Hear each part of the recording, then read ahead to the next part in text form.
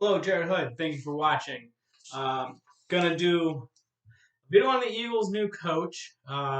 Pretty excited that the Eagles have a new coach. I've just been kind of doing different sports topics, mainly football so far. We'll get into others. And tomorrow or the next day, I will have a breakdown of the upcoming football weekend. So thank you for watching. Sorry if my excitement level is not crazy high. It's nothing against Nick Sirianni. Hopefully, I got that right. Clearly, an Italian name. His resume is really nice, and I'm excited, honestly, to dig into that. The Eagles have just been. This year was obviously pretty tough, and then I didn't want to necessarily see Doug Peterson be the one to go. I like Carson Wentz. I like Doug Peterson. I was hoping maybe Howie Roseman would be the one without, you know, being in the organization. But it does sound like there might be a different transition of power going on with the picking these personnel people, including coaches. I'll talk about that in a second. But we'll talk about Nick Sirianni.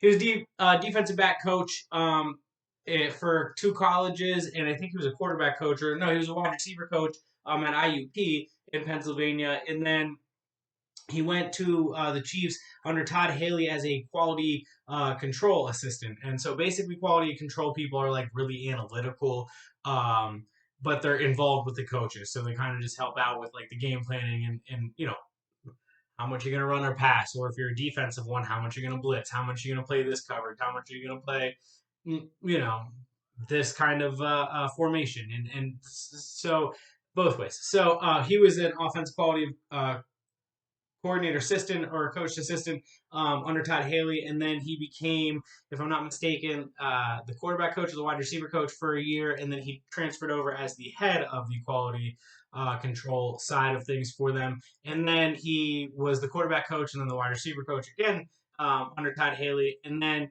when Andy Reid took over in Kansas City, he went over Nick Sirianni, Nick Sirianni. He went over to the San Diego Chargers, did basically the same thing. Quality coach, quality control coach. I mean, quarterback coach, wide receiver coach. Worked with Philip Rivers there. Um, Everybody says he brings a lot of energy. That was really where he apparently shined. He worked with Frank right there, which ends up getting him eventually the offensive coordinator job with the Colts. Talk about that in a second. But so the years in with the Chiefs, pretty fairly successful. Those offenses. I mean, I went back and looked at them, and nothing crazy, nothing. There's no. We don't have to like harp on it. It's that long ago, and who knows how much influence he had on the offense. This is his first NFL job. Clearly, over time, he probably had more influence. I would say, but with the Chargers, it sounds like he had a decent amount of influence from day one, and there's definitely some stuff that looks pretty good there. Their offense moved the ball. Those were some pretty successful Chargers teams offensively, not always defensively, but while he was there, up and down. Clearly, I mean that's just the organization. But and then he went to as I said, the offense coordinator for the Colts. Now, the thing that stood out to me, year one with Andrew Luck, they were like top 10 in offense overall, and that was Andrew Luck coming off the ACL. So like that was first year in a new system. Andrew Luck coming off the ACL, pretty impressive that they were top 10. I'm a huge Andrew Luck fan, so that I always feel like that's going to make things easier when you have a player of that caliber. Next year with Jacoby Brissett, the yards per attempt in the passing game went down a whole yard. I liked Jacoby Brissett. I don't believe in him anymore because of last year. I mean, I don't know what you do moving forward with him if you're the Colts. You give him an opportunity. You can always make him go with competition and give him the opportunity. If he shines, hey, go for it. But at the moment, it's not like everyone's like jumping on a Jacoby Brissett bandwagon. And again, there was things that I liked about him. It's just the full season last year, most of it, I guess, kind of scares me as being like, oh yeah, we should make him the full time starting quarterback anywhere. So that because I do think that he was under good coaching with Frank Wright and Nick Sirianni, who,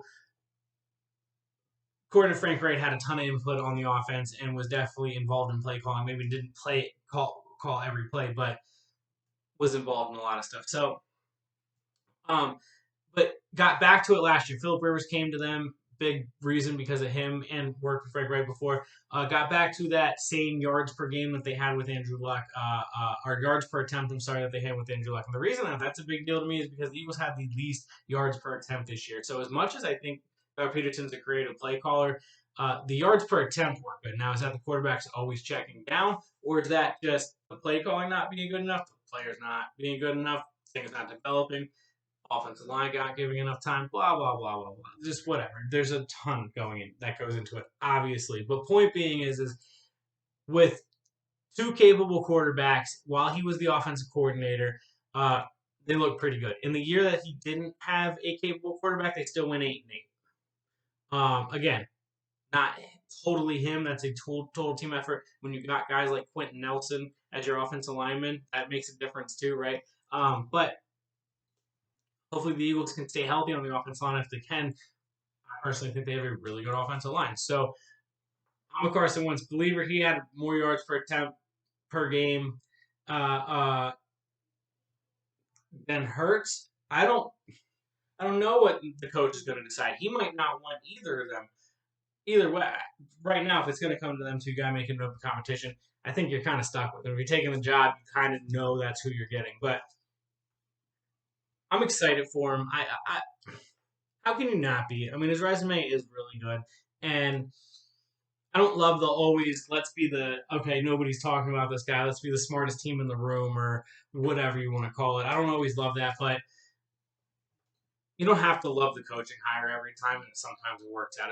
It's not that I'm not somebody who tries to get too high or too low on these days. I'm excited to watch the press conference. I'm going to be in tune. I'm going to probably make some quick decisions on early judgments how I feel about him. But as of right now, without really hearing him speak in Eagles polos or anything yet, I'm not.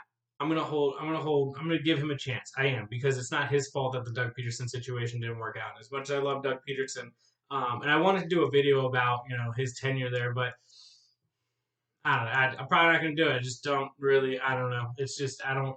No reason. It's all about the future for Philadelphia, and so I'm excited for this guy. And John Dorsey, I want to talk about him for a second. He's kind of the guy who might have the owner's ear instead of maybe Howie Roseman. It sounds like John Dorsey has some influence, and the reason that's important is he's a huge person who built a lot. He was involved in building a lot of Packers teams from the 90s and then even a little bit in the 2000s. Both Super Bowls he was part of in the organization. Um,